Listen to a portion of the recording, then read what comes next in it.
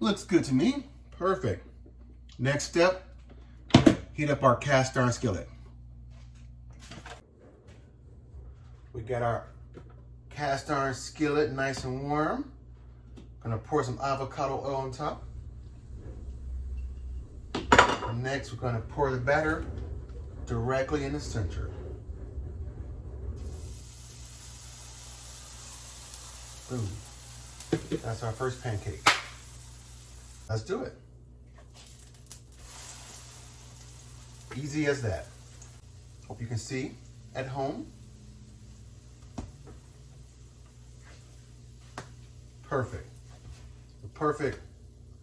The perfect high protein, dairy free, gluten free pumpkin pancake.